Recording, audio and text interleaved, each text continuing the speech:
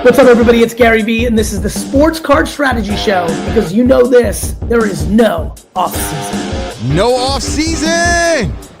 When you get into this game, the reason why you pay someone like Paul Hickey to get your sports card strategy together is because when you're starting out, you need perspective, you need wisdom, you need insights. And so he's been around the track enough times where he can actually coach you up and guide you. Doesn't mean he's going to take you to the promised land tomorrow, but you now have a coach by your side that can advise and kind of even create these pathways where you can get the education yourself.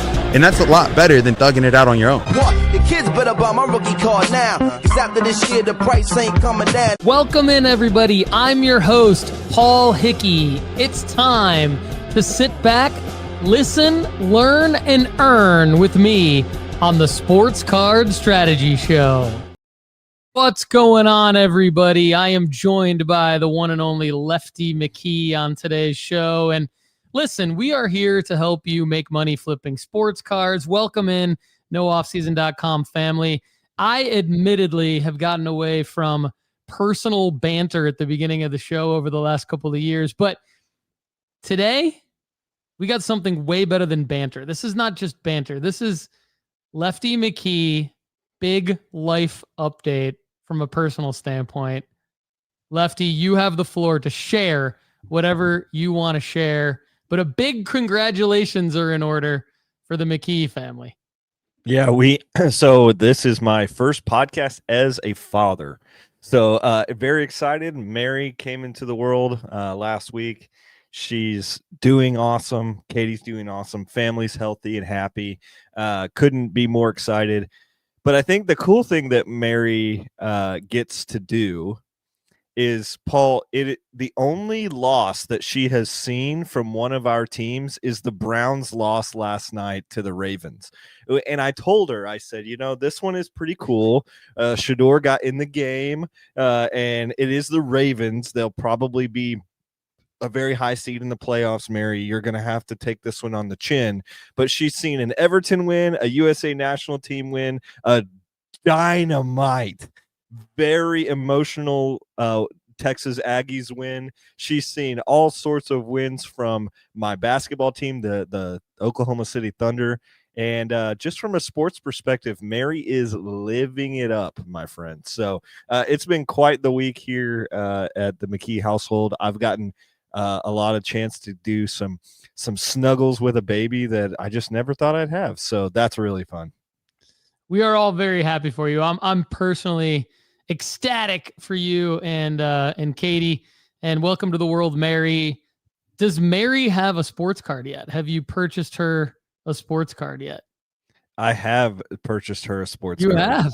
Yeah, I actually decided when I purchased my LeBron James Chrome 9, I said that is what I'm going to flip into her college fund. So she actually has one of the most expensive cards I own.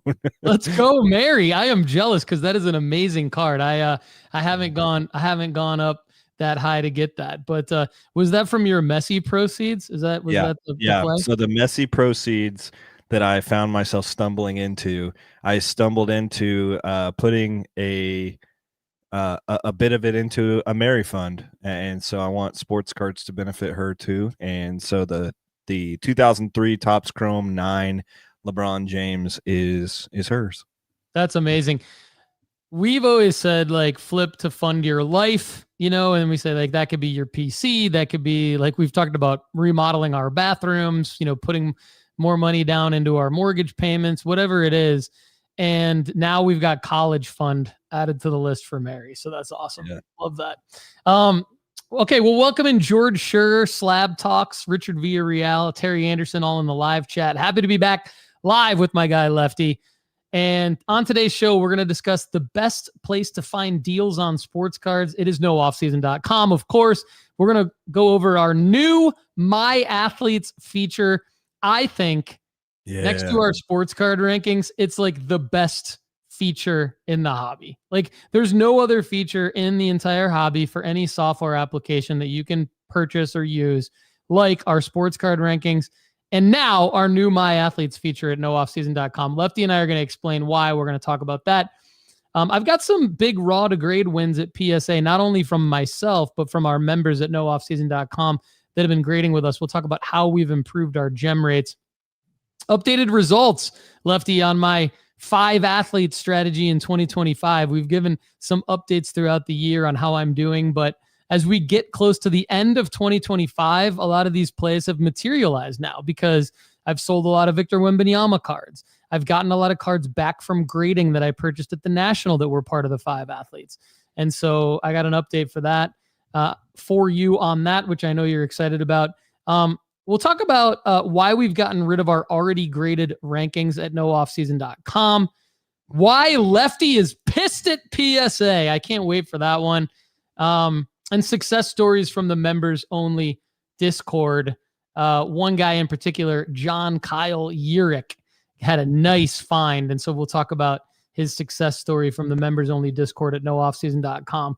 Lefty, I've got some blisters on my hand, not from golfing, not from lifting weights, as maybe you could have guessed, but from cracking slabs. I cracked so many slabs yesterday for our members at nooffseason.com. There it is. There it is. My pliers. As you know, if you are a premium member at nooffseason.com, we will grade your cards for you. As part of the card grading service, we will crack slabs. So if you say, hey, I want to use your PSA 9 to BGS 9.5 rankings to crack this Michael Jordan card or Caitlin Clark card or whatever card you're looking for. I cracked a ton of, typically it's PSA to BGS or BGS to PSA. That's like 99.9% of the plays, but some of them are SGC 9.5s to try to cross over to PSA. And then one of our premium members sent in a ton of tag grading slabs. And just a quick little weird note, like this is going to sound really funky, but like I started smelling BO as I was cracking slabs. And I was like, from you? I was like, do I smell like, I mean, what happened? Am I sweating from cracking slabs? And now I got the BO smell. And then I realized it was only when I held up a tag slab, I smelled BO.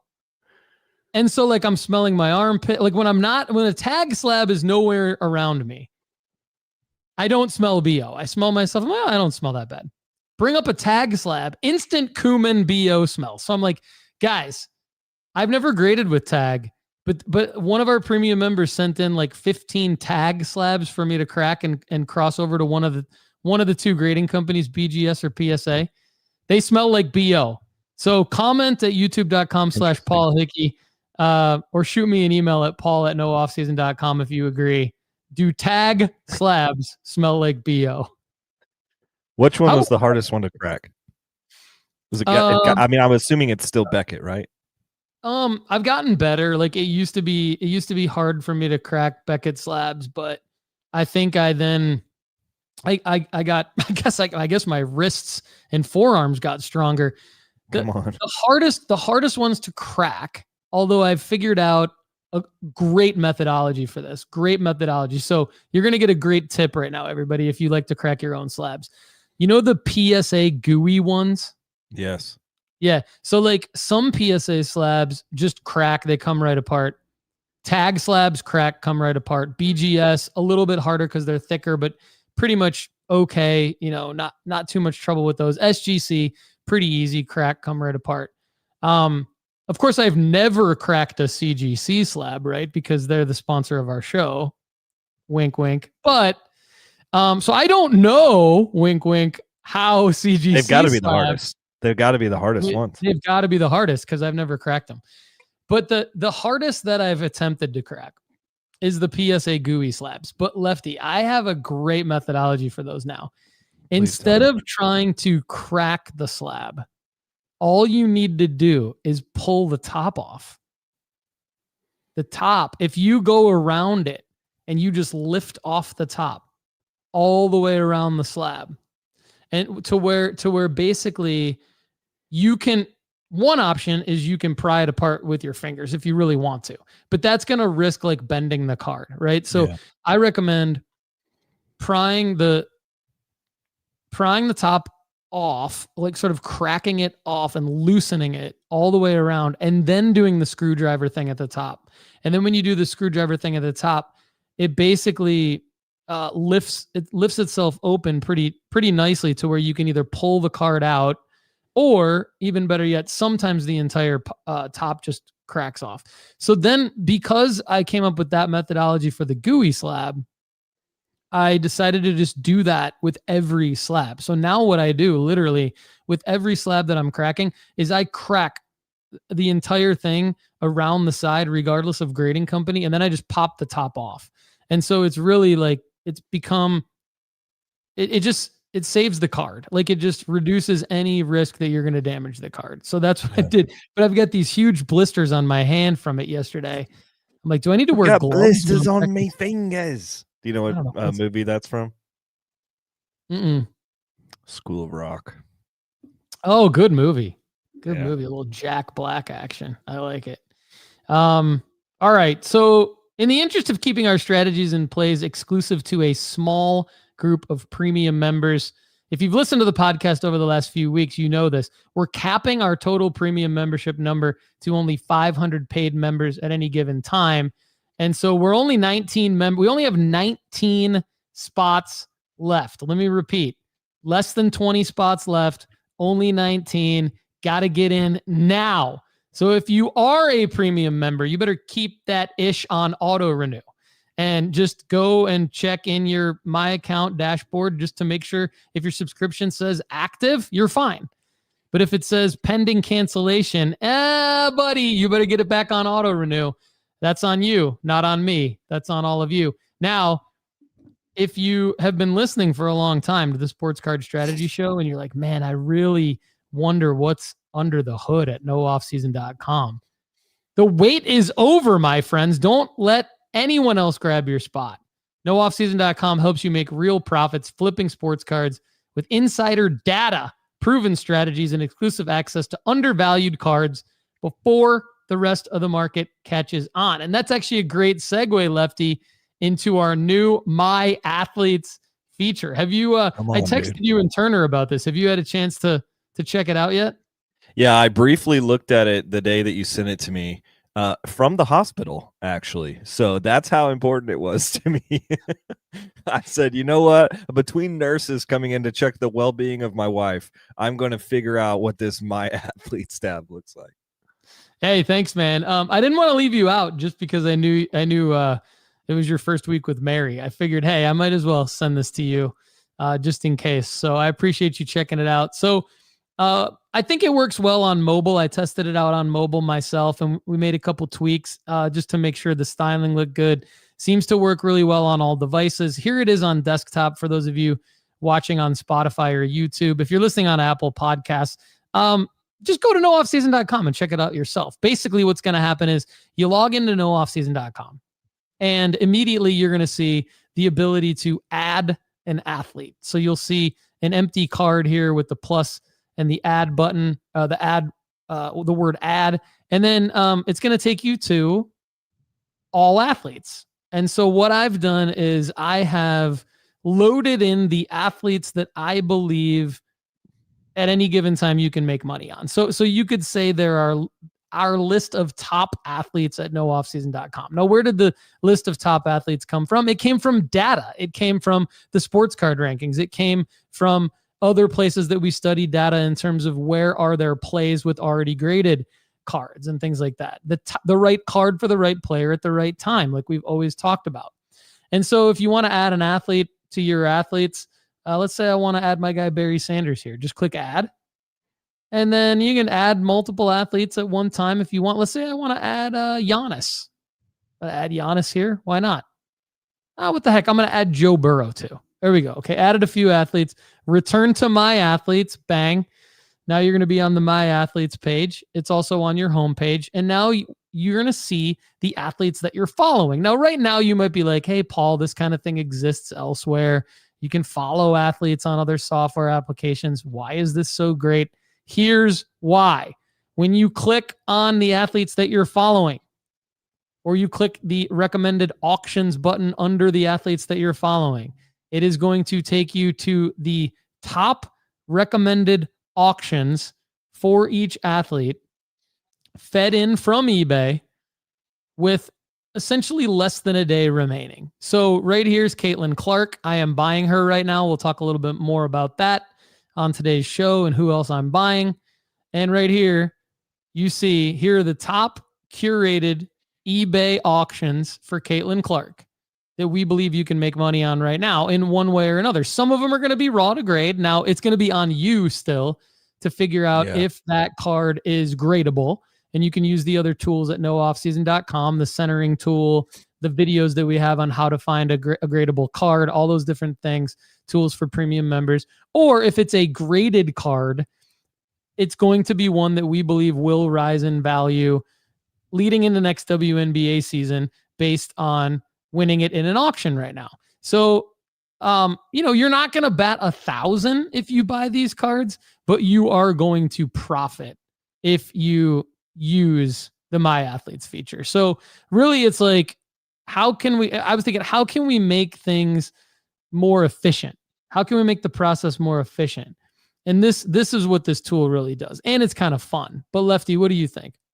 Yeah, I'm a big fan of this. I think this in the long term will really, really help people focus. I mean, essentially you're taking a bit of your My 5 athletes for the year and kind of curating for the buyers here. Like these are athletes that you could do a lot of winning on. I mean, in previous years, we've had so many athletes being an option on our listings. And I think I like how there's only how many, do you know how many there are in the My Athletes? I would assume like 25 or 30 maybe. Yeah, there's definitely like under 50, maybe right around 50 maximum. Yeah. So I have 1, 2, 3, 4, 5, 6, 7, 8, 9, 10, 11, 12 on mine. I have 12 on my screen that I have been like, yeah, I would be interested on curating auctions for those people. And so I've actually honestly, I like the spread for me from the different athletes. I don't have any football players in here right now, which probably is just because right now I'm not looking to buy any football players, which makes total sense. But I like it. I like it a lot. And the fact that I can look down here and see my Tiger Woods 2001 right next to a silver Victor Wembanyama, that's what I'm talking about. Yeah, like I think you made a great point there. It is a version of My 5 Athletes, but for everyone at nooffseason.com, for you to select your own athletes and stick with them and manage them. Like, and right here on the show, I'm just going to tell you who my athletes are right now. I'm removing Barry and Giannis just because that was demo purposes. I don't think Burrow's a bad one, but I'm going to remove him. And then, so my athletes right now are, just going to refresh my page here. Caitlin Clark, Jaden Daniels. I got Kobe Bryant here because I want to look at some Kobe stuff. Lamine Yamal because I might want to make the rankings-based optic hollow raw to grade play. LeBron, who I've talked about, Luka, Michael Jordan, Patrick Mahomes, Paul Skeens, Shohei Ohtani, and Tom Brady. So that's 6, 9, 10, 11. So you're at 12, I'm at 11. We're kind of both in the same wheelhouse in terms of the number that we want to be at right now. So like I said, I've expanded from my 5. I've stopped buying Arch Manning, and yeah, this is it right here. I said, okay, and I said this on the premium podcast last week. I built this tool for myself, just like I built the rankings for myself. And then as soon as I realized, wow, this works really well, let's launch a version of that for everybody at nooffseason.com. So that's exactly what it is. And the kind of the last point I want to make sure I make here, Lefty, it's kind of an update and people are going to ask me about this. I've decided to remove the already graded rankings at nooffseason.com. And the reason why is because the raw to grade rankings are based on just clear-cut, absolute, accurate data undisputable data. Like, just if you do these plays, this is what's going to happen. And I really, really like that. The already graded rankings is not so much at all like that, right? The already graded rankings is more, here's a card where the data says this is the average in the last 30 days, and then this is the average in a wider time frame that makes sense for that athlete.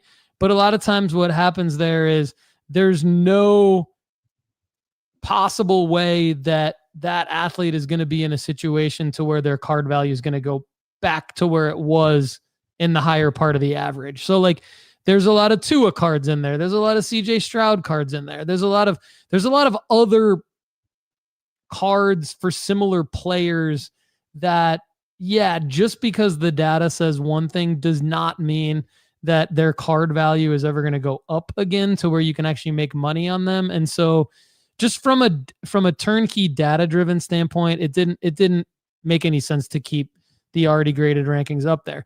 Because you can make a lot of money on cards that are already graded, I believe that the new My Athletes feature combined with the top sports card auctions feature that kind of preceded the My Athletes feature, that's your way of just being like, hey, if I see a card in here that's like Panini sealed or already graded, that's a card that's likely to go up in value in the future, more so than the cards that were in the already graded rankings. So I just removed them. And then the PSA 9 to BGS 9.5 rankings, they still make sense to use. So I've left them up at nooffseason.com. So now you know, okay, I'm either going to buy a card and grade it based on the rankings and I'm going to make money, or I'm going to buy a card, crack it out, and submit it to a different grading company based on the rankings. And really, I just don't want to mislead people. And not that the already graded rankings were misleading, but so much needed to happen for those cards to increase in value.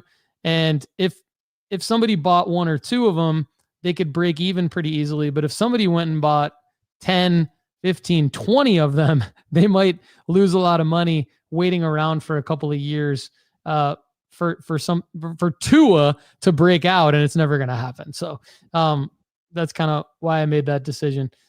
Before we move on to the next segment, Lefty, any thoughts on that? Any thoughts on just kind of already, buying already graded cards, waiting for things to materialize, pros and cons of that strategy?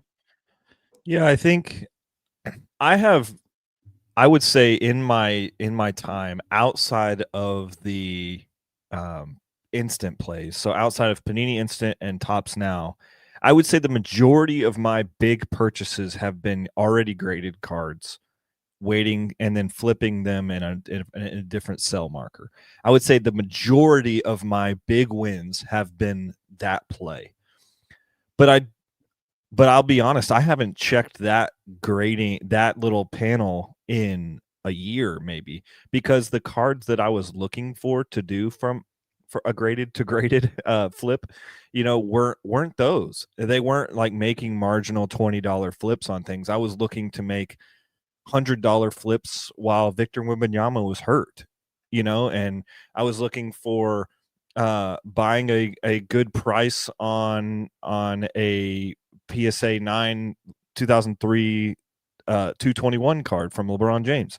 I was looking at Prism Silver cards from Anthony Edwards and Amon Thompson, and so it's like the cards that were there, they just weren't the demographic of cards that I was looking for, which I think I'm glad you took it down, because I think my take on it is all the cards that are there that nobody really should be looking at. Yeah. Like to make the plays that we're making, we've put, they talk about mastering something taking 10,000 hours, and I would argue that me and you are over the 10,000 hours and what it takes to do this well. And it's a science. It's very meticulous and it's hard, but it's doable. And I think there's a lot of people that don't listen to us and they do fine, but there's a lot of people that do listen to us and they do really well. And so I think the more we can laser in our focus, and that group of 500 people is going to be running to the top. Yeah, I agree. And I wanted to come up with a way for people to come to nooffseason.com and see a tool that can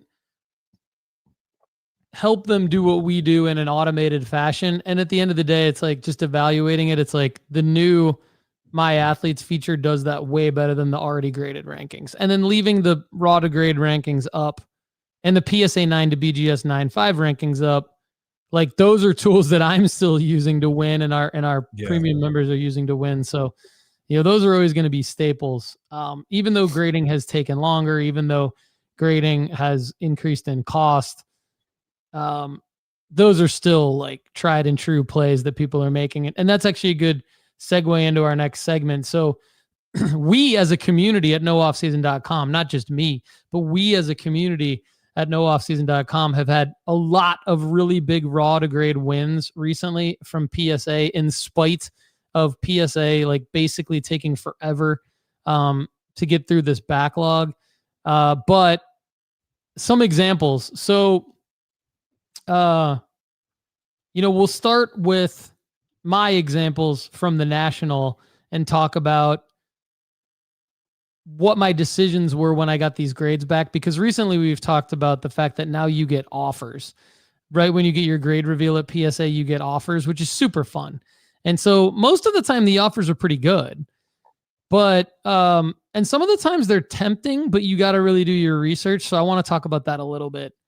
The cards that I submitted from the National, there were 4 Michael Jordan SGC 9.5s that I bought from a vendor who's a listener of the Sports Card Strategy Show. 1994 Flair 326 Michael Jordan SGC 9.5s. Lefty and Turner were there with me while I took probably 30 minutes to pick out the best 4 out of like. Is that when what's his name walked by? Patrick Ewing. Yeah, we were. Hey, that's Patrick Ewing. Yeah, Patrick Ewing. And I looked at him and go, "What's up, Patrick?" Yep, that was when big Patrick Ewing walked by when I was going through like 87 Michael Jordan cards. I called it Pat. And so they got one got an 8. Big Pat. What's up, Big Pat? 1 got an 8 and 3 got 9s. So none of them gemmed, but actually the offers that I got on all 4 of them from PSA were actually really good. So I still did end up profiting thanks to the buy low point of it. Now I didn't profit a ton, but I did profit a little bit.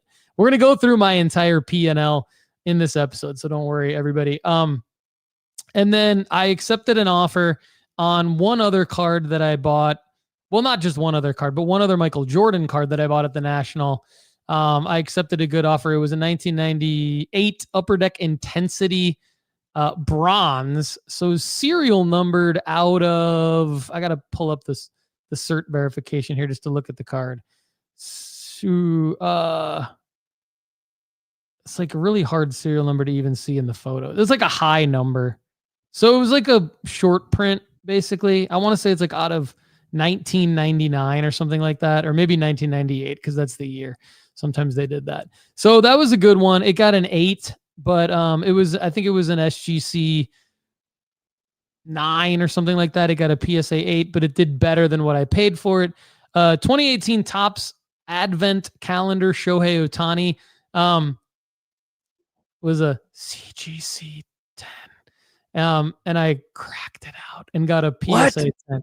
And I didn't hear you. What? I think we're just going to go past that. Yeah, I'm not going to repeat that. Sorry, friends. Sorry, friends at CGC Cards. The perfect place to slap your favorite sports cards. Amen. Okay. Got a PSA 10, accepted an offer, made money on that. Bought some cards raw at the National, 2 Caitlin Clarks. Panini Select WNBA 151. Silver Flash, big card in the sports card rankings, and a 72 Concourse Silver Flash. The premier level Silver Flash got a 10, and that was the big one. So accepted an offer on that. Now there were a couple tough decisions to make, and I really like these cards. The 2024 Panini Instant WNBA Rated Rookie Retro Caitlin Clarks. I bought 4 of them, and I thought all of them could gem. I bought them raw, and this is another one where I went through at a vendor table, like several that he had, and I only picked out 4. One got an 8. I'm sorry, I picked out 3. 1 got an 8 and 2 got 10. So I did pretty well. 66.6 repeating gem rate there, Lefty. And I decided to pass on the offers for the 10s because the offers for the 10s were only $116. That card goes for $216 consistently. So I had them shipped back to me after doing the math. And then there was a couple other cards that kind of fit that same mold, but I did accept. Lefty, do you remember I bought 2 Michael Jordan Entenmann's cards? And I think you were like, what's I was like, do you know Entenmann's? I do remember these. Do you remember, like, do you remember? I feel like you didn't know what ones, Entenmann's were. I still don't know what an Entenmann is. Entenmann's are like the pastries in grocery stores, and their thing is like, we're at the end of the aisle. I mean, they still are. I literally went to Publix yesterday and bought Entenmann's for my wife. No, that's crazy. Yeah, but they've been around forever. So anyway, 1987, Entenmann's Bulls Michael Jordan, ball near feet, blank back, got a PSA 6. I accepted an offer of $310 on that, and I think I only paid $150 for it. So that was a good one. And then, but the other one, I remember you being pretty worried when we bought those. I was a little nervous just because I saw some PSA comps. So I knew PSA was going to grade them, but I didn't know how they would grade, and I didn't know what they would sell for. And like, to be honest, one of them, after I bought it, I saw a crease and I was like, crap. Yeah, I think that's what, because I was like, I didn't see this crease before I bought it. But luckily I think I only paid I paid like $300 total for the pair. And so one of them got offer accepted. I accepted it for $308. And so I have the other one, and that was a PSA 6. The one that had a crease got a PSA 3. So that's getting, that's actually listed on eBay now through my PSA vault. So I decided kind of a mix. I didn't accept all offers. I accepted like a few offers, had some shipped back to me, and then listed a couple on eBay right away. One of them was a Shohei Ohtani PSA 9. I decided to list on eBay through PSA just because, I mean, Shohei's up so much right now. Yeah. So, but the as he should Advent calendar one I sold, accepted the offer on. So that's awesome. Yeah, just wanted to talk about that. My grades actually have gone up as well. I've been able to do some really good stuff. Turner and I put our heads together and basically started using the centering tool. Like, he was like coming to a point where he's like, dude, I really like some of these cards. I don't have the money for them, but they are centered well. And I was like, cool, you just curate some of those. I'll buy them. And then we can kind of split profit together. So we've been kind of doing some stuff like that where we are finding good centered cards and then kind of going 70-30 on a lot of stuff. And we've been able to do some good wins. We had a JJ McCarthy downtown 10 that popped earlier this year. We talked about, we've had some okay Aaron Judge plays. I still don't think we've absolutely, I know you've made a video on this, but I don't think that we've absolutely nailed how the centering of that Aaron Judge card works. Like every time I put it in, I'm like, okay, I think that is it. And it comes back in like PSA 9. And I'm like, dadgummit, you know? And so, well, I will say this. I did make the requirements for the 10s in our centering tool at nooffseason.com. I did make them harder because I felt like I was getting too many 10s through the tool. And then when I would look at the photo, I'd be like, I don't know if that's actually a 10. And so I tinkered with the requirements in our tool at nooffseason.com. I tinkered. And now if you get a 10 through that Fokker, it's well centered. It's effing well centered at that point. So you might throw some actual PSA 10s through our centering tool and get 9s just because I made it hard. And I figured it's better to do that than the other way around, right? Like it's better to not mislead a premium member. So we're talking about the centering tool at nooffseason.com, the best centering tool around. And it's hard. You want it to be hard. You want it to feel like, okay, well, maybe this isn't. Now, does that mean that you shouldn't grade the card? Probably not.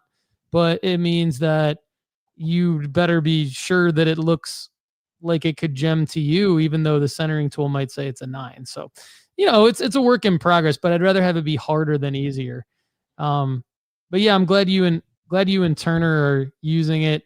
Our members are doing a great job with it. Like, here's some recent examples, because sometimes we have some people that are like, well, surely all the cards from this year are already picked over, and like there's no way. And like, look, There's that I get, thousands. like, I get why that's a popular opinion, but that's an opinion. It's not based on any kind of data at all. And Yeah. so we base things on data, and that's why our sports card rankings say, yes, 2017 Aaron Judge, yes, 1996 Kobe Bryant, yes, 2001 Tiger Woods. Here's some examples. Kobe Bryant 1996 tops. We had one gem. One of our premium members had one gem that they sent into us. Toby, who's one of our premium members who's graded with us more than any other premium member, recently had 2 cards that are super hard to get gems on. He had a Cade Cunningham 2021 Prism Silver gem. Wow. Which is a big one. Yeah, that's sick. He's also had several other cards gem. 2023 Optic Hollow Victor Wembanyama. And then let's see. The 2023 Topps Chrome Victor Wembanyama Refractor, which is a big card actually. That's like almost a $500 card right now in a PSA 10. So he's doing really well. I mean, I've said this on the show before. We've had a lot of people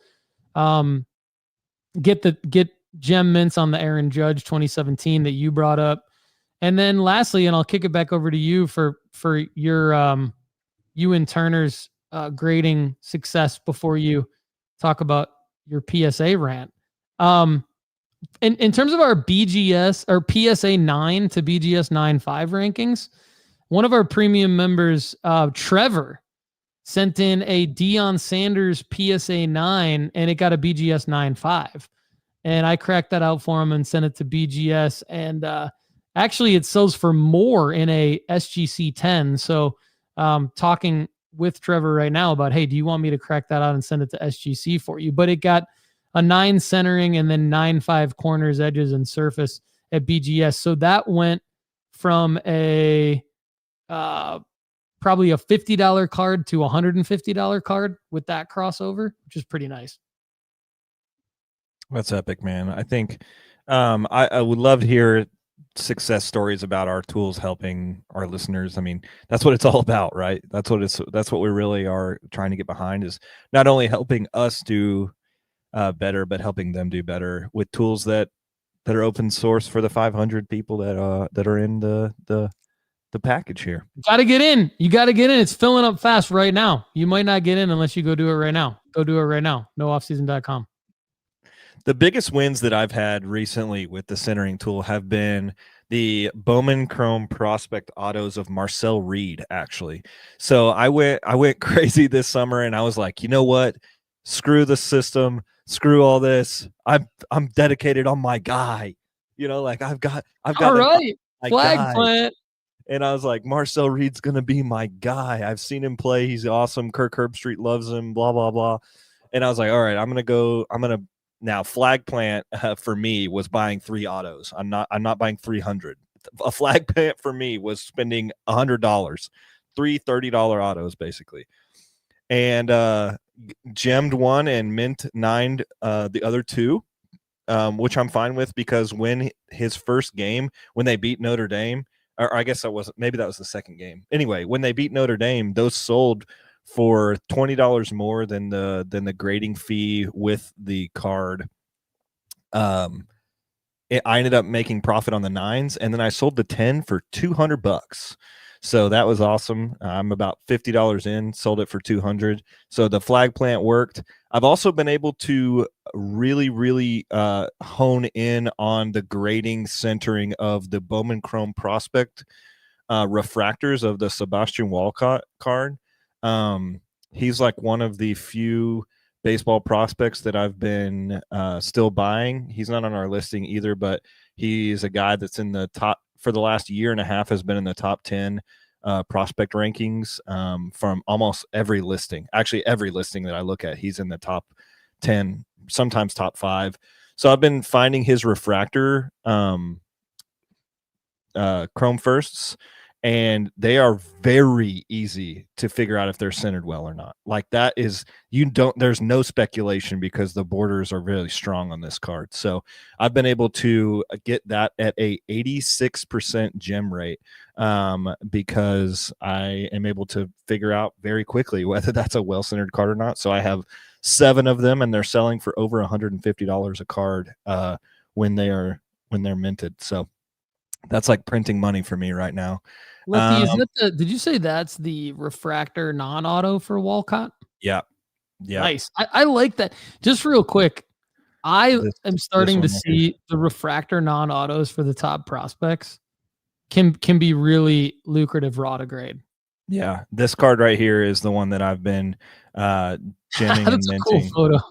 Yeah, he's so this Sebastian is one of the weird ones that his autos are not on a first. So you either have on card autos for his first Bowman auto, or you have his actual Bowman auto produced by Topps that is not a first. So I've just been getting the refractors and grading those, and they're selling for 150-ish a piece. So and he's not even called up yet. So that's been a really big win for me. So I'm liking that card, and I've pretty much consistently getting PSA 9s on all of my Aaron Judges, and which are selling for the fee I basically have in them. But it's one of these days I'm going to get a PSA 10 on that 2017, and I'm just going to rock it, dude. That's going to be so fun. So, hell yeah. I mean, and that's a card, honestly, that will go up towards the end of just about every baseball season. I mean, and that's because he's played really well. He's the last 2 years, he's been, the front runner for the AL MVP going into it. I mean, I guess Cal Raleigh, of course, but I mean, Aaron Judge, like his performances at least over the last couple of years. Okay, so that could be why, but I mean, pretty much it's like you're saying with Walcott, like you have a selling marker as well, being the call up. And so you're when you combine a raw to grade with the selling marker, like you're doing with Walcott, it could be huge. Same thing actually with Judge is what I'm saying. So that's really why I like the Judge card and the raw to grade rankings, is because you can count on Aaron Judge having a performance spike at some point. And that, I think I'm going to buy that card. I'm going to buy a crazy amount of those cards this offseason. I think that's a great idea. I think that's a great idea. My buy the dip with dips stream. I'm going to be buying a lot of raw to grade 2017 Aaron Judge cards. I'm thinking that our buy the dip with dip stream, we're going to do one. It might just be like a regular sports card strategy show episode where we dedicate 90% of the episode to us like bidding on cards and buying them. Works. And it's just going to be, I mean, if we did one on like a Sunday evening, it would be better for the buying because that's when like auctions are ending. So maybe we'll do one. Maybe we'll do one on a Sunday evening, but if we don't, we'll do one on just like a regular Monday afternoon. It'll just be us bidding, just putting our bids in while we're eating dip, I guess. I'm in. All right. So also, there is a sneaky play that I have made about a year ago that I wanted to say that this has worked out for me. I have not broadcasted this play very, very much. I very much talked very little about this on purpose because this is the kind of play that I mentioned one time and everybody's like, oh my God, I need to make this play 1,000 times. And you know what I'm talking about. You know what, like when that happens, like, oh, yeah. So I've bought some Munetaka Murakami cards. Oh yes. I talked about him last week. I was wondering if you were buying him. Yeah, so I bought a bunch of his cards about a year ago, and I am selling them all right now for crazy profits. Hell yeah. Yeah, I have about 16 of his PSA 10s, and they're going well right now. So are they from 2021 Topps Chrome NPB? I have that one. Yeah, I also have some 2021 BBM Genesis cards that are really cool looking. I would go in and I would buy raw cards of any Murakami cards that I could find that I thought were well centered. So I have some that are his BBM cards, which is just it's a Japanese production of their version of Topps Chrome. I have some BBM cards. I have some Topps MPB cards, that 92 2021 card. I have some of his Topps Now cards that I bought for like $20 that are selling for about 40, so I have a bunch of different stuff and it's all kind of up right now. So, what's funny is I bought 8 of his 2023 Topps Now cards from the World Baseball Classic for $50. So I felt really good about the price, and I was going to turn them around to PSA. And I paid, it was a buy it now, and I paid, and then I realized like a week later the dude hadn't shipped them. So I messaged him on eBay and I was like, hey man, like, are you going to ship these? And he's like, hey, I'm so sorry. Like, I've been trying to find them. I think I might still have them, but I think I might have already sold them. And I was like, never mind. Can you just refund me? So he refunded me right away.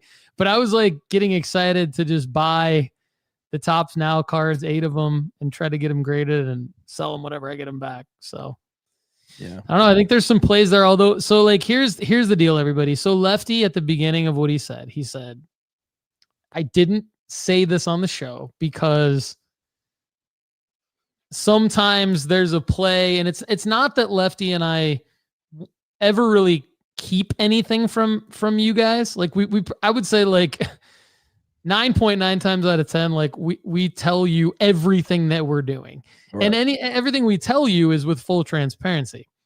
But Lefty and I have told each other, because we've done this, like I think we're in our 5th year doing this. So like we've told each other, like, there's some times where it's probably best to not say it on the show, just because then what happens is everybody goes and buys just a ridiculous amount of something.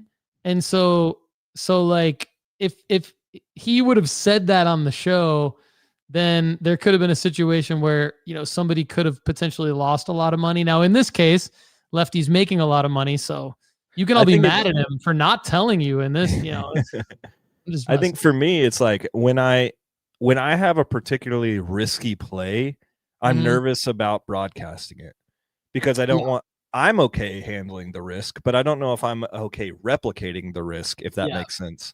And that's where Murakami sat with me. But I mean, just look at this card, bro.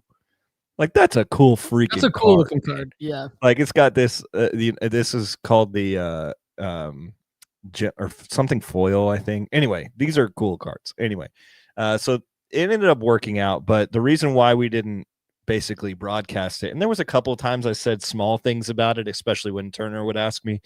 But Murakami cards, he is coming to the pros. There's also a guy named Sato that is coming to the pros, but I didn't have any Sato cards.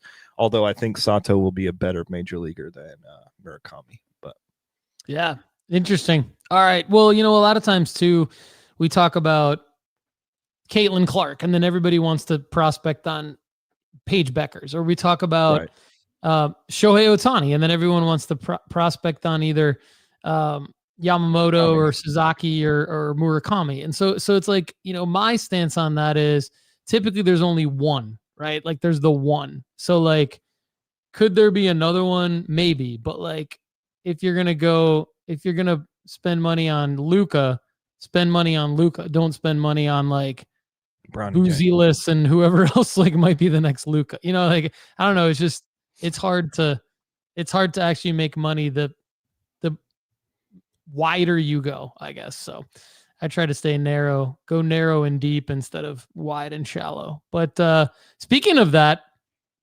Anthony Edwards, I've bought 3 more Anthony Edwards Prism Silver PSA 10s from 2020, all at around the $855, $860 mark. I bought 2 Jaden Daniels downtowns, Lefty. One is an optic downtown that I checked out with the PSA grading option, $755 for the optic. And one is a Donruss, $650 for the Donruss.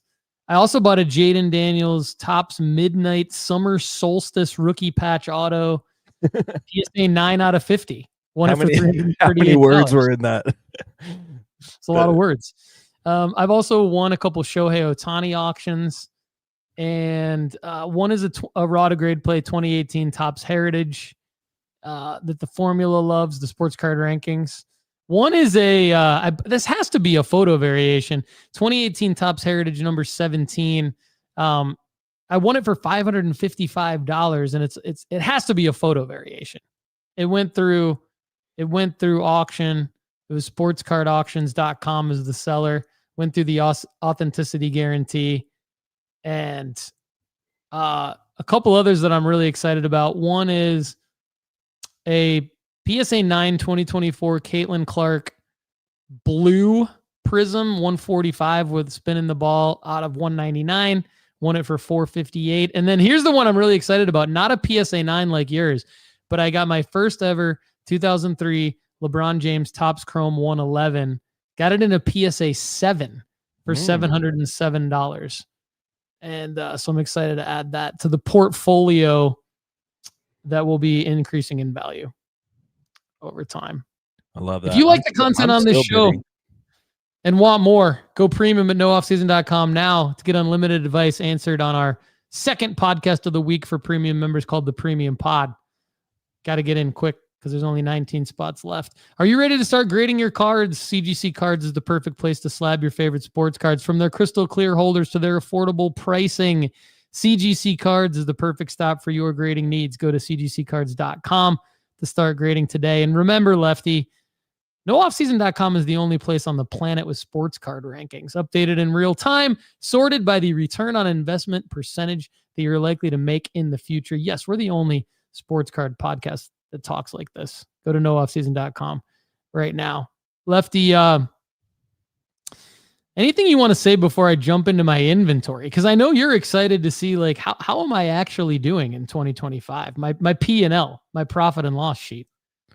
No, I was sorry to interrupt you there. I was saying that I'm still bidding on the 2003 221 LeBron's cards because they're coming down a little bit. So they're coming down to an area where I bought, earlier this summer. So I'm willing to buy back in at this point, especially when Bronny James is starting for the Lakers and LeBron is starting for their G League team.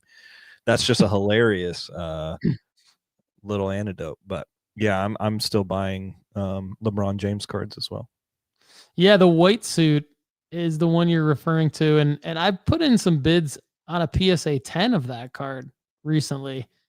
Just because it's like, hey, if I'm gonna go high for a Topps Chrome, why not go high for a PSA 10 of the Topps paper? I mean, they're all doing well, but yeah, like I already have a few PSA 9s of that one, the 221 and an SGC 9. So I think it's time to buy the dip. It's time to buy the holiday dip, people. Like, holiday dip party coming soon. Date TBD. Lefty and I are going to work it out, but that'll be one I'll be targeting as well. All right, so I want to get into real quick how I've been doing. And then we're going to let Lefty rant about PSA. All right, so that should be fun. Because he texted me, he's pissed. He's pissed at PSA. So like he's calm right now. He's been calm this whole episode, mainly because of Mary. But like he's gonna get mad in a second. So get excited for that. Usually I'm the one that's getting mad. Okay, so here's how I'm doing. For those of you that don't know, I said about a year ago that I was only gonna buy 5 athletes. And I was going to give myself like an expiration date on that of around the end of 2025 at some point. So right around like late September, early October, I did start expanding in terms of buying who I was buying. So I talked about that earlier in the show, kind of looking at those 11 players. But from around this time last year, all the way through the end of September this year, I really only bought 5 players plus 2. I said in the episode where I revealed my 5 that I would also be buying some print-on-demand cards of Cooper Flagg and Shedeur Sanders. So really there's 7 names here. I'm just going to like lead with the punchline here. So I'm currently holding still $16,000 worth of cards. All right. So I'm holding them. Those are cards that I'm, 90% of those I'm waiting to get back from PSA. So if you're wondering like the numbers that I'm about to reveal, let me just start there. Like there's $16,000 worth of cards that I still own. Okay.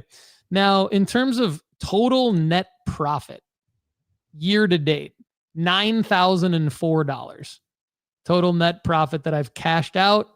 I have that back. And so when you combine, 16,000 that I'm holding, if I were to cash those out at, just the amount that I paid for them, which I think is going to be worst case scenario, I'd be looking at $25,000 of net profit. But I think I'm going to do better than that, right? So $9,000 of total net profit. Now, from a player by player breakdown, all right? This is funny. Arch Manning, I'm total net profit $57. That's with the holds? No, so the holding, I'm still holding. I am still holding like $1,500 worth of Arch Manning cards. So I'm holding 1,500. So I still could do much better than $57 on Arch Manning. But I'm holding them because Arch Madness didn't take shape against Georgia. He got beat. So I'm still holding him. Caitlin Clark, I've profited $1,123 total net profit on Caitlin Clark. That's good. And then again, everybody, this is total net profit. This is this is everything after fees, the price of the cards, all that. Cooper Flag, and these are 100% on demand plays. And I'm still holding, by the way. I'm still waiting. It's supposed to be your PSA rant in a minute, so I don't want to steal your thunder. But I'm still waiting on like 90 of my own Cooper Flag cards back to get back from PSA. Which ones are they? The Rated Rookie Retro. I'm still waiting on the Topps draft night. I'm still waiting on the freaking Topps draft night. I'm waiting on the Panini Instant draft night, and I'm waiting on the Rated Rookie Retro. Anyway, I have total net profit $3,367 on Cooper Flag. Those are all prints on demand. That's pretty good. Michael Jordan, total net profit $559. Which honestly, I would say that's a huge win considering where your year started with him. Yeah, that's true because I got it was looking ugly early on for you when you figured out that you spent all those on the stars and then they weren't graded. Yeah, I had a loss of 300. I had a loss of 327. I had a loss of 375 and a loss of 397 on the star cards that I was all excited about. Yeah, we were. Oh, here we go. I was worried early about your Michael Jordan play. Actually, I've profited $709 on Michael Jordan because I left the Entenmann's card that I still own in that spreadsheet. Okay, so I deleted that Entenmann's card. You love Entenmann's. I still own. Yeah, Entenmann's. $709 on Michael Jordan. Can we be sponsored by Entenmann's? I mean, that'd be a great sponsor. Into the aisle. Reach out, Entenmann's. End of the aisle, baby. Shohei Ohtani. And I'm still holding a lot of Shohei, but I have total net profit on Shohei $409. And part of the reason why that's a low number is because I didn't really buy into Shohei that much because he was so expensive all year. Yeah. I kind of just started buying into Shohei, if I'm being honest. And then Victor Wembanyama, this is one of my big ones because this is an example of like the last time I did this with you on the Sports Card Strategy Show. I was like, well, I've only made like $100 on Wemby because I'm still holding all my Wemby cards. I was holding all my Wemby cards and buying more in anticipation of the beginning of the NBA season. Boy, was I right. And I'm still holding a few $1,000s worth of Wemby cards that I'm waiting to get back from PSA. But I have a total net profit, and most of this is literally in the month of October, on Wemby of $3,292. And I mean, most of that was in just this past month. So pumped about that. That's it. That's sick, bro. You really were able to pull strong in the last quarter of the year with the Wemby and also, finding out some some Michael Jordan stuff that happened. So. And this is like okay, so thank you for that. And this is also like Arch Manning didn't really pan out from okay, I don't think he's played poorly. I think he's actually played well because I've watched him in every game. I think Texas sucks. I think Arch Manning is good, but I think Texas sucks. I think I'm anyway. right there with you. I think Wingo and I think Arch Manning are great players. Yeah. Other than that team is booty, bro.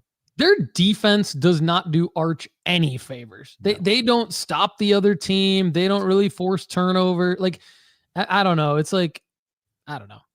So I don't want to sit here and be like a Stephen A. Smith over here, but $57 on Arch Manning, still holding $1,500 worth of his cards. That just didn't really pan out. So like, but that's what I wanted. I wanted to take risks that it still wouldn't be losses for me. So that's kind of Arch. Now, same with Caitlin Clark. Honestly, from a performance standpoint, she didn't pan out. Yeah, she got injured. It was basically a lost second season. Her prices have come down. I still netted $1,123 on a Caitlin Clark risk. So, I mean, I think Arch and Caitlin from a performance standpoint, very disappointing. Michael Jordan, to your point, I kind of botched that myself from not doing my research on what cards PSA grades and doesn't grade from star. So they grade the 85 star. They don't grade the 86 star. So that was a loss. And that was a lot of money. I mean, I spent a lot of money. It wasn't a loss, but it just wasn't a big win. I spent a lot of money at Culture Collision on those star cards and ended up being that total play ended up being like a break even. So, all right, dude, it is time for you to unleash your anger. It's all you, Lefty. I don't know how this is going to go, Paul. I don't know how this is going to go. I am usually a very mild-mannered man. We have talked many times about how like the little, I would say like the discourse or the little like if you were going to make a caricature about our show, you would make like this fun, like hot-headed picture of Paul Hickey. And then you would make like this peacekeeper Lefty McKee, like trying to just pick up the scraps and be the nice guy type thing. But let me tell you this, Paul. PSA is pissing me off, and that's where we're going to start this act. As you guys know, I very regularly love on the PSA Vault. The PSA Vault specifically is where I'm pissed off right now. And okay, so the PSA Vault is where I'm pissed off the most, and I still have the same problem you do of having things sit in assembly forever. You know, I have the Panini Instant Cooper flags in assembly right now still, and they've been in assembly for 2 weeks, and it's just like, what the heck's going on here, guys?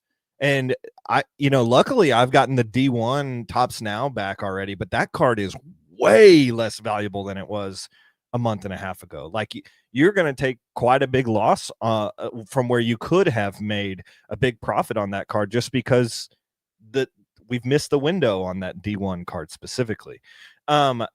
And PSA has had a lot to say about all this. Like, they haven't had any specials. They haven't had doing this. They've been trying to get their act under control, all this kind of stuff. And it doesn't freaking matter because their customer service has been god awful over the last month and a half.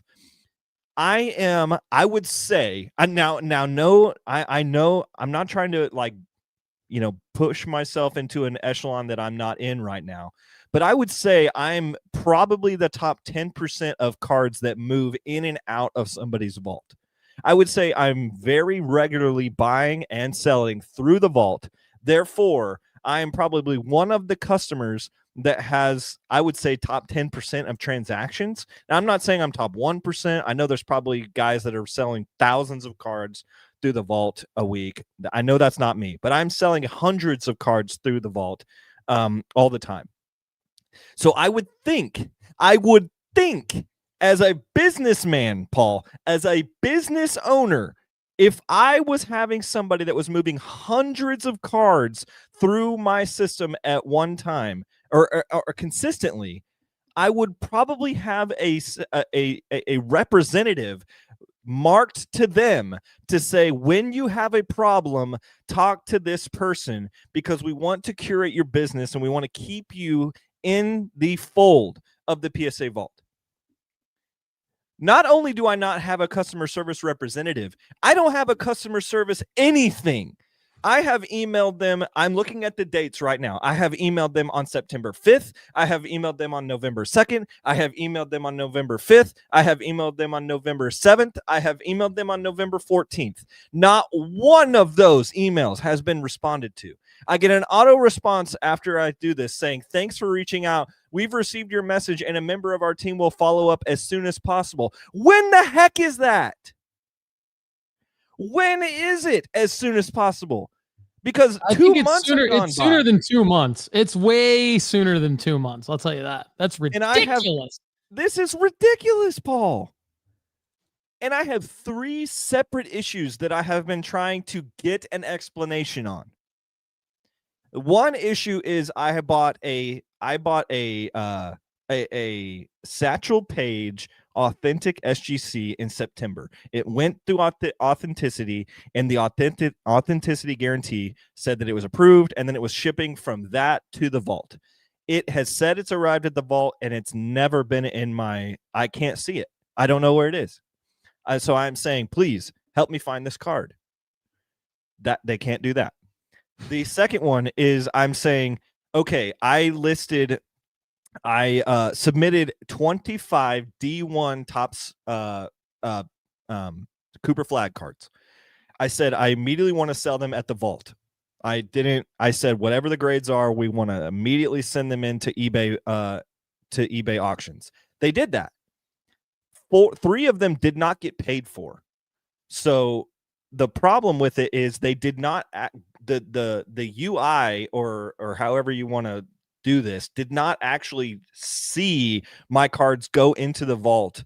I only can see them after they have sold, which if you have hundreds and hundreds and hundreds of cards coming through, that's so easy to lose track of that. If you can't see them and they're just populating after they're sold, I want to see them in my vault as they're pending sale. Yeah. Because there's some of them that are not being paid for, and then I get an email saying these are going back to the vault, and they're not in my vault. When I search them by cert number, it says in vault, but they're not in my vault, and I can't sell them again. So they're in this like shadow part of my vault somewhere, which I'm sure from a coding background and everything, you kind of understand where the hiccup in some of this is. But like, that's a problem. It's a problem that I have 3 cards in my shadow vault that I can't see in my actual vault, nor can I sell them again. I can't relist them. That's a problem. That's the biggest problem. It's a problem. It's all a very big problem, but the biggest problem is that they're preventing you from listing them again. They're preventing you from taking action on them. There shouldn't be a shadow vault. You shouldn't even have to have that phrase in your vernacular. There should be no shadow vault. This is bullshit, Lefty. Thank you. And the problem is I had to go through personally. I had to go find my order, like in the order vault. I had to go through and check every cert number on which one I have sold and which one I haven't sold. Found that I had 3 that did not, in fact, get paid for. I literally had to write the cert numbers on my whiteboard here. And then I had to be like, okay, I'm emailing them again for where are these 3 cards? Where Unbelievable. There's so many problems with this. This PSA is losing our trust. Like losing trust in the vault right now. Like losing trust in the system to be able to maneuver in and out of the vault. It's ridiculous. I mean, here's my overall. You shouldn't have to call them. You should not have to call them, but you may need to call them until you speak to a human. Well, it's kind of like eBay. It's like they hide their number, but then if you Google it enough, you can find a number. Like there's got to be a phone number. Well, then I will call them. I'm done. Here's their customer service number. I got it right here. Okay, 1-800. Hold on. Got to write it down underneath my cert numbers here. Put it on your whiteboard. Everybody, got a problem with PSA, call this number. All right, 1-800. 325-1121. Bang. Call PSA. And that's not for Ryan Hoge. Going into the fact that I have shipped 2 cards to my vault and then it says vacant and comes back to me. Yeah, I mean, that whole thing is ridiculous. Like, now, from a coding standpoint, are there bugs? Yes. Should PSA have fixed those bugs immediately? Yes. Like, this should have been resolved a long ass time ago. That's ridiculous. And it makes me scared, and it should make all of our listeners scared to go, like, now everyone needs to go check and see. That's my general complaint.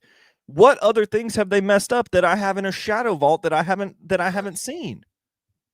You know, what if I have like some of those Caitlin Clark? I mean, we had 1,000 Cooper flag cards run through my vault this year. How many of those am I not catching?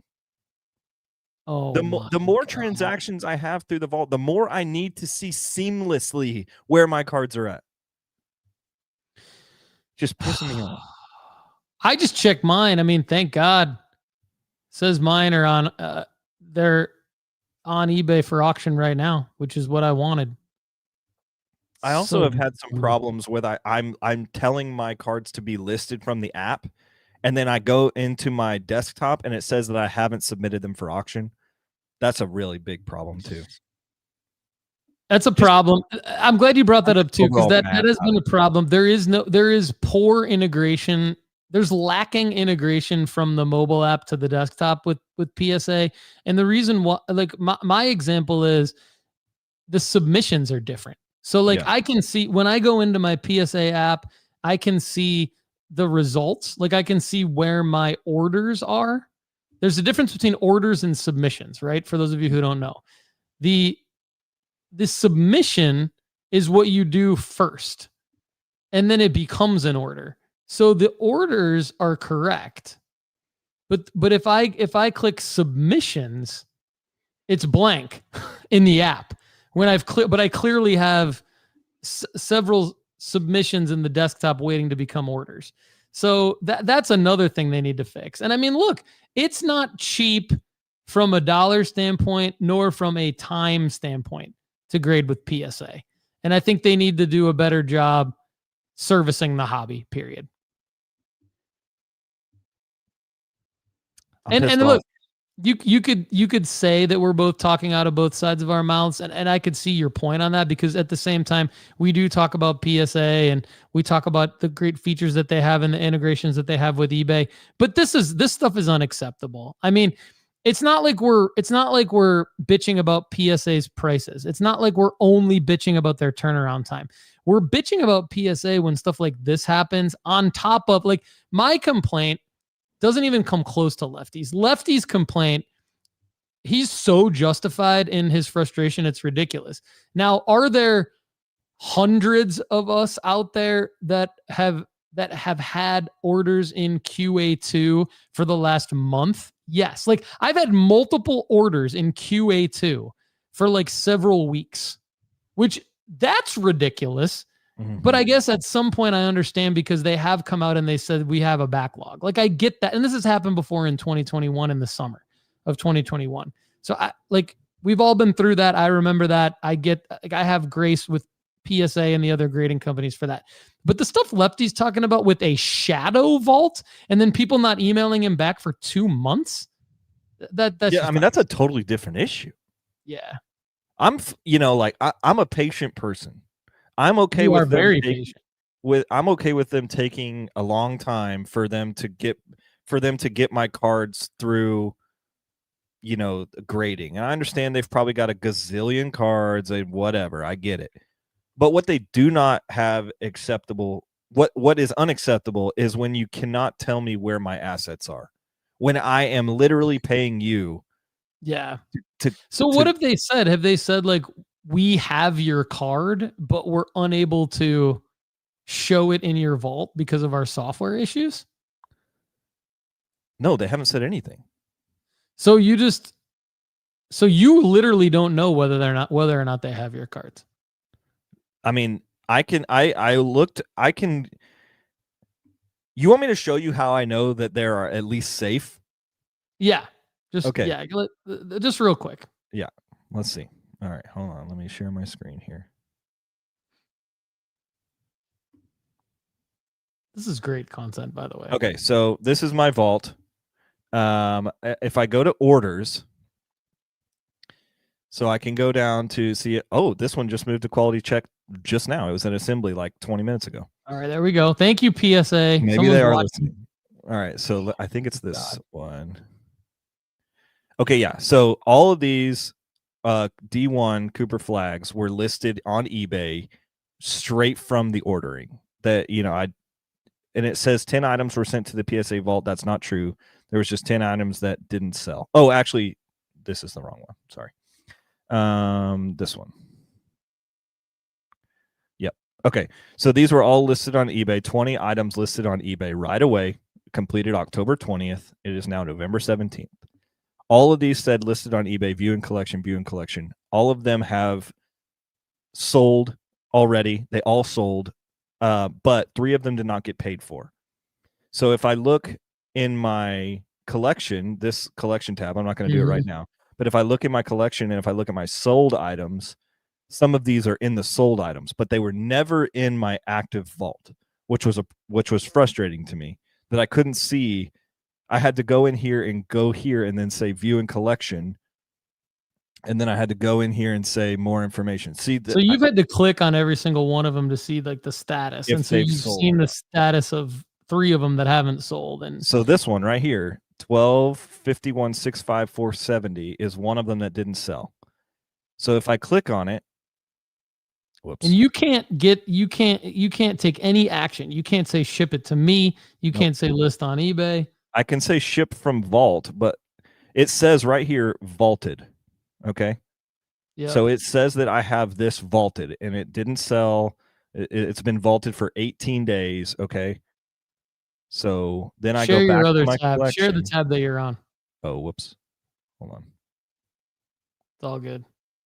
While you're doing that, Chase Krim has said all you need to do is step 1, buy from Texas Roadshow. Step 2, profit. So that's from our guy Chase Krim.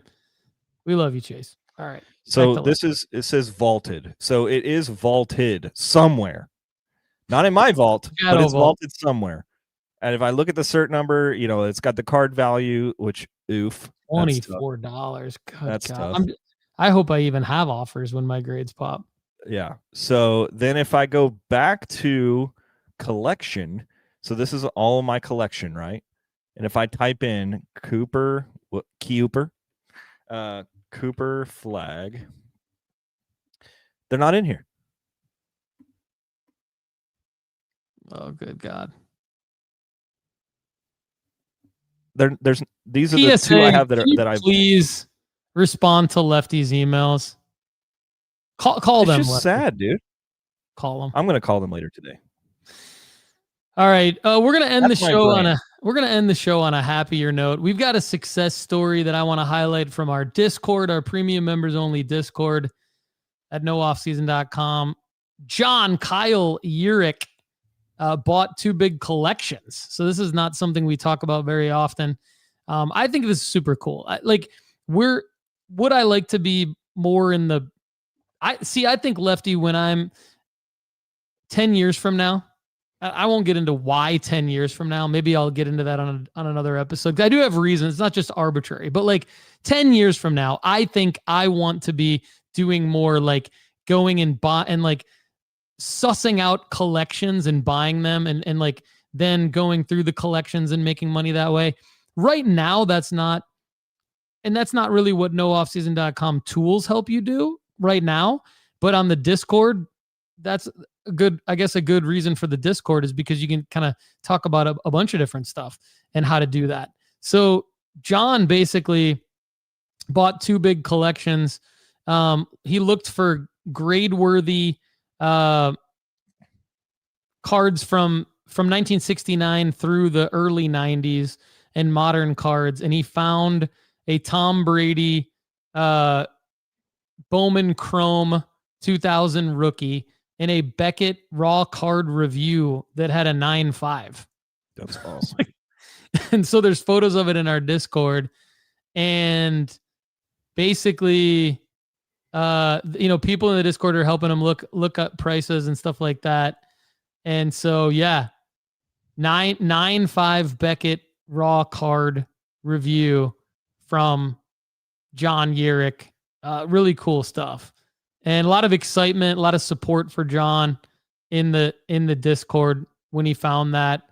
And so he's basically asking, like, with the raw card review, should he submit it to Beckett? Because he thinks that it might have been, like, I think the part of the discussion in the Discord, which is actually really cool, this is why I wanted to highlight it too, is that he's asking, like, in the raw card review, he's like, should I submit it to Beckett to get the actual 9.5? But he as he's looking at the card through the raw card review, because it's in like a card saver, he's worried about like surface damage on the card that has happened since the raw card review. And that's an interesting question. I don't know what the answer to that is. Like, is Beckett just going to honor that regardless of the condition of the card now because it's still sealed in the raw card review? Or is Beckett potentially going to knock it down to like an 8 or an 8.5 if there's surface damage through the card saver due to it kind of being like stuffed into this collection that he bought? So super interesting stuff there from John. And again, but definitely a success story. So I don't know, Lefty. You had a Marcel Reed car. I saw you had a post in there too with a Marcel Reed. Was that a raw to grade PSA 10? Yeah, that was that. Nice. That was the raw to grade PSA 10. I think another thing that I was pretty excited about this year, this is a card that goes, this card goes way back for us, Paul. This one goes way back for us. You know, like, I'm sure, how often do you clean up your saved searches on eBay from like ones that you've saved for a long time ago? Maybe like every 3 to 6 months. Yeah, so I don't do it that often ever. So I have some of them that are like still pop up every once in a while. You're just getting like, spammed with old save searches in your email. Yeah. So this was an old save search from a long time ago, right? You remember this card? Remember this out of Carlos Alcaraz Net Pro? Yeah, the out of 500 Net Pro. Yeah. So I don't know if you guys noticed, but Carlos Alcaraz became #1 in the world over the week. He secured the end of year ranking #1 in the world. So he officially passed Jannik Sinner this year for #1 in the world. And then actually 3 days after he secured it, he lost to Jannik Sinner. But the points value wasn't enough for Carlos Alcaraz to not pass him for 2025 #1 in the world tennis player. So there was an out of 500. These never go on auction. But I had one go on auction. I was like, sure, I like this card. I've sold 5 of these cards, I think, over my lifetime. And I was like, I have made decent profit on this card. I would like to have one more just to keep if I could get a good deal on it. I got $100 cheaper than the last auction that this card auctioned off for. I got this card for $107, which I'm very excited about. So every once in a while, the old save searches pop up some curies that are worth looking at. That's all I'll say. That's interesting. There could be more tennis plays that you and I talk about in the coming episodes. Buy the dips. Can't wait for our holiday dip party. Don't know exactly when it's going to happen, but it will happen sometime within the next 6 weeks for sure as we approach the Christmas holiday season. Everybody, you are all the best. We love all of you. Thank you for being here with us. Go to nooffseason.com. Get one of those final spots before you miss out. Lefty, great to see you, man. Go spend some time with Mary. I will. All right. I'm going to go do that right now. Going to get some snuggles. Go get some snuggles. Thanks so much for being here with us on the Sports Card Strategy Show. If you enjoyed the content on today's show, there's plenty more waiting for you at nooffseason.com. Just go to nooffseason.com right now. You get our formula-based sports card rankings, sports card school, inventory tracker, the ability to grade with us, and the premium podcast where we answer an unlimited amount of your questions. check it out right now at nooffseason.com. For everyone at nooffseason.com, I'm Paul Hickey. Thanks again for being here with us on the Sports Card Strategy Show. We'll see you again soon. Have a great day.